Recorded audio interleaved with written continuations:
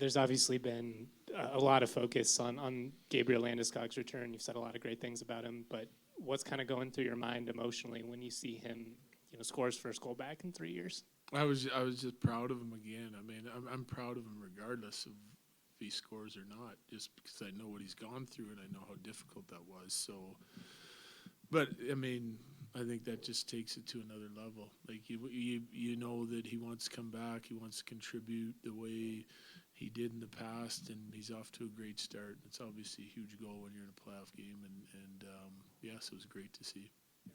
Your expectations?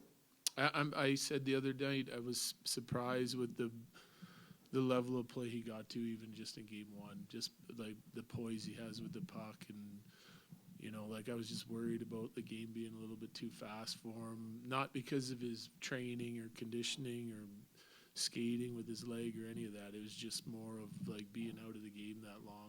It's a long time and it's hard to do, but it seems like he's settling in nicely. Evan, then Ryan. Brock said this morning he wants to be a difference maker. Was that his best game in an Avalanche uniform? It was his best game of the series for sure, and he played a couple good games for us.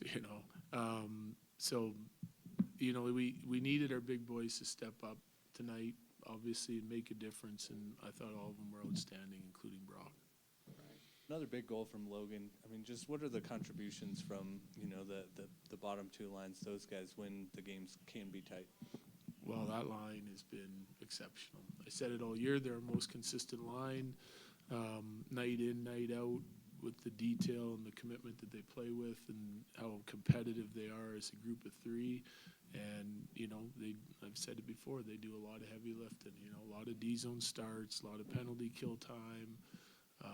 Their forecheck has been relentless, and obviously that's a huge goal for us. Special teams were incredible tonight, right? Power play goes 1 for 1, penalty kill, 4 for 4, and they pick up a shorty, and those guys have a lot to do with that.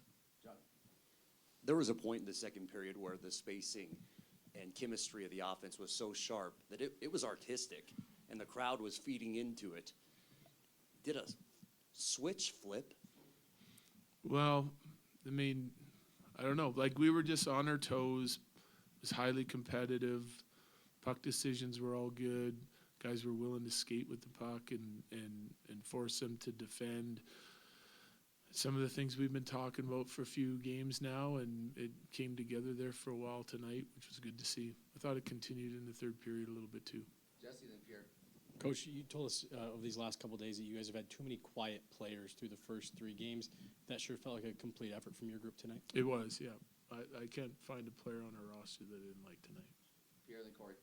Jared, getting this version of Landeskog back 2 games into his 3-year return, what does it do to your lineup that it's the top 6 forward version, it looks like, that you're getting, as opposed to you probably didn't know a month ago what version you'd be getting? Yeah, we didn't know for certain. We were certainly hopeful. But yeah, I mean, it's big because it just adds another huge piece to it, to our lineup that gives us even more depth. And especially when you lose a guy like Colton, right? Like, he's played in our top 9, top 6 all year, and he's been an impact player there, and we lose him for a bit, and Landy is able to come in, and I mean, he's looked great. So, and I like the chemistry of that line again tonight. They played a few shifts together the other night, and they're back on it again tonight, and so that's a good sign. Bailey, then Eric.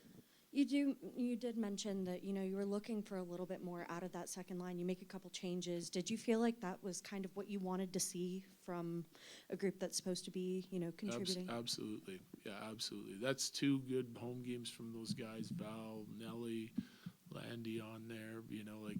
That's been a good line for us in the last 2 home games and on both sides of the puck, right? It's not just about production. Certainly we need production, spread out through our lineup. You got to come up with enough chances to be able to put some by these guys, and we did that tonight. The other night we had a little bit of a tough time, but on the defensive side of it, they've been really good too. Last one, Derek. Jared, when you look at the way the series has been played, with you guys leading for all but 62 seconds or the game is tied and scoring the first goal every single time, is there any added confidence knowing that it's a best of 3 now and you guys have played like that for 4 games? Does that change the way you look at the series at all? I like the way we played in this series. I'm not gonna lie. like we didn't get the result we wanted in game 2 and game 3. There's certainly some things in both those games that we could have done better, including game 1 and at times even tonight. But, last year we played hard in this series too. I can't remember if it was last year where we didn't get a lead and we didn't get the result we wanted. And this year we're getting it and we still are fighting for those results. So like scoring first, the only score that matters is a score at the end of the game. I'm not going to be happy unless we're winning hockey games. And but I like a lot of the things we're doing. Like we're competing. We're competing as hard as we can compete. And we have some improvements we can make and some things we have to continue to do really well in order to shut down their offense. And it's not an easy task, but we're competing in the right areas to try and do that. Finish with Colleen.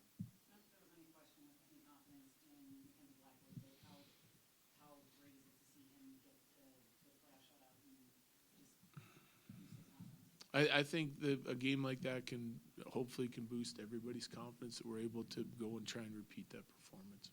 Thanks, sir. Yep, thank you.